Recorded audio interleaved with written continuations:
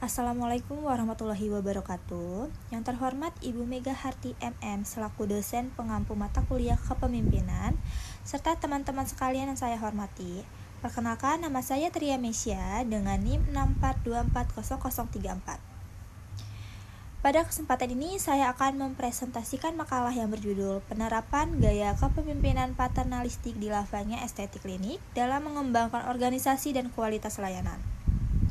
Makalah ini membahas bagaimana gaya kepemimpinan paternalistik diterapkan dalam organisasi jasa, khususnya klinik estetika, serta pengaruhnya terhadap pengembangan organisasi dan peningkatan kualitas layanan. Semoga pemaparan ini dapat memberikan gambaran yang jelas dan bermanfaat terkait praktik kepemimpinan dalam dunia organisasi jasa.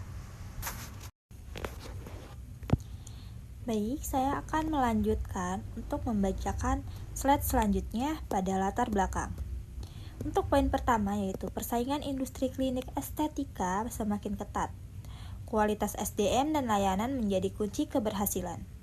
Dan kepemimpinan berperan penting dalam menjaga kualitas dan pertumbuhan. Jadi, industri klinik estetika di Indonesia berkembang pesat sehingga menuntut organisasi untuk unggul tidak hanya dari sisi teknologi, tetapi juga kualitas layanan.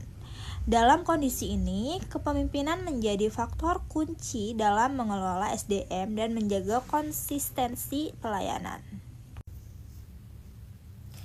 Dalam praktik kepemimpinannya, Lavanya Estetik Klinik menerapkan gaya kepemimpinan paternalistik yang ditandai dengan peran pimpinan sebagai figur sentral yang bersikap tegas namun tetap mengayomi karyawan.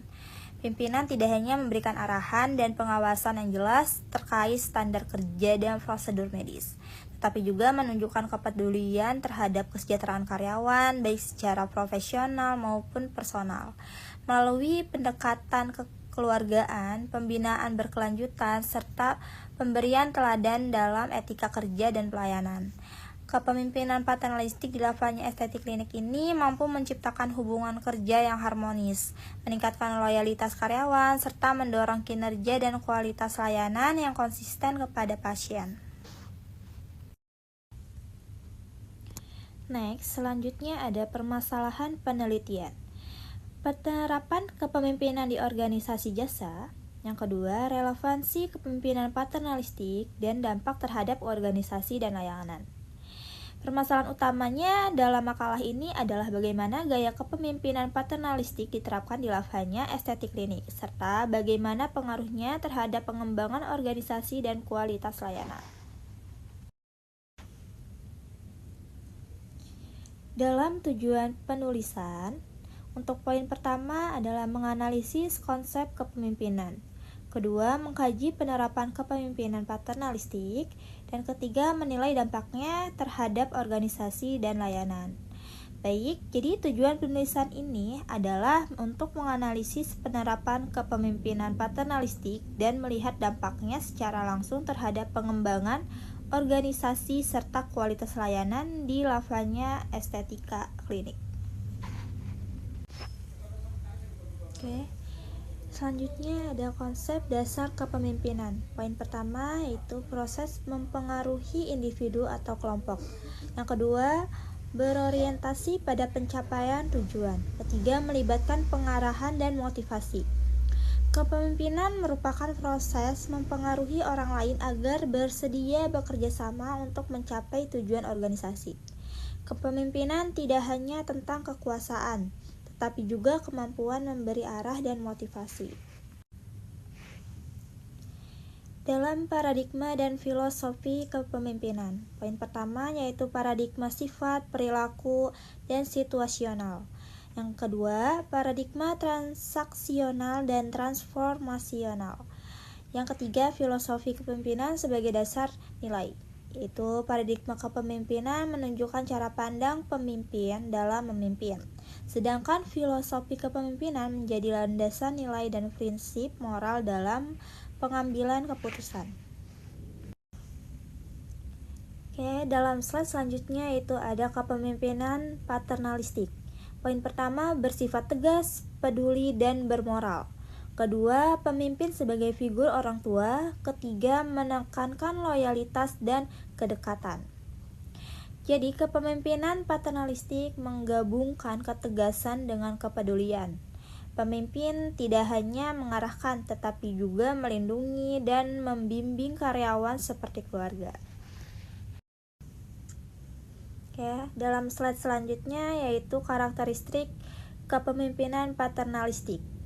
Poin pertama yaitu ada arahan yang jelas, perhatian terhadap kesejahteraan karyawan, dan keteladanan moral dan etika.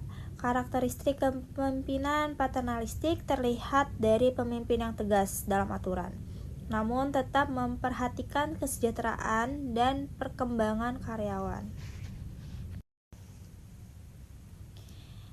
Lalu selanjutnya ada penerapan di lavanya estetik klinik.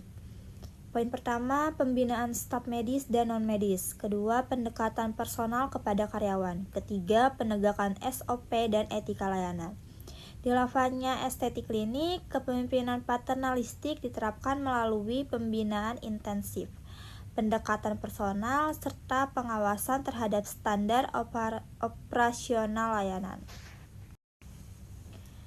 Untuk slide selanjutnya, pengaruh terhadap pengembangan organisasi. Meningkatkan loyalitas karyawan, menekan turnover, dan menciptakan stabilitas organisasi. Karyawan yang merasa diperhatikan cenderung memiliki loyalitas tinggi. Hal ini berdampak positif terhadap stabilitas dan keberlanjutan organisasi.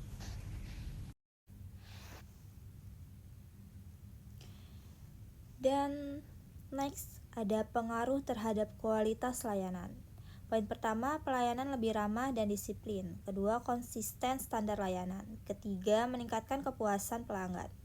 Kepemimpinan paternalistik mendorong karyawan untuk memberikan pelayanan yang lebih empatik dan profesional, sehingga kualitas layanan tetap terjaga.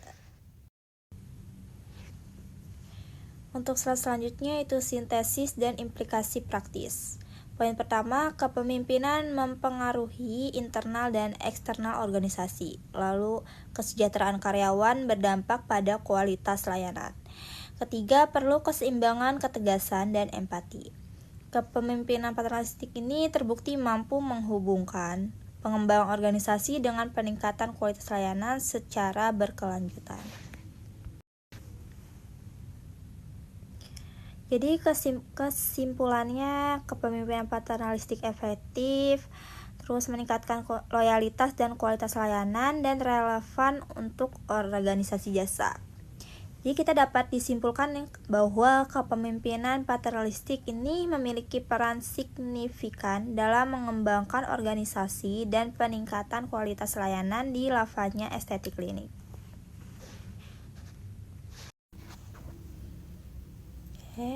Selanjutnya itu ada saran. Untuk poin pertama, menjaga keseimbangan ketegasan dan kepedulian. Kedua, meningkatkan komunikasi dua arah. Ketiga, pengembangan kepemimpinan berkelanjutan. Jadi kita disarankan itu pemimpin disarankan untuk terus mengembangkan gaya kepemimpinan yang adaptif agar organisasi dapat berkembang secara berkelanjutan. Demikian presentasi yang dapat saya sampaikan. Terima kasih atas perhatiannya. Wassalamualaikum warahmatullahi wabarakatuh.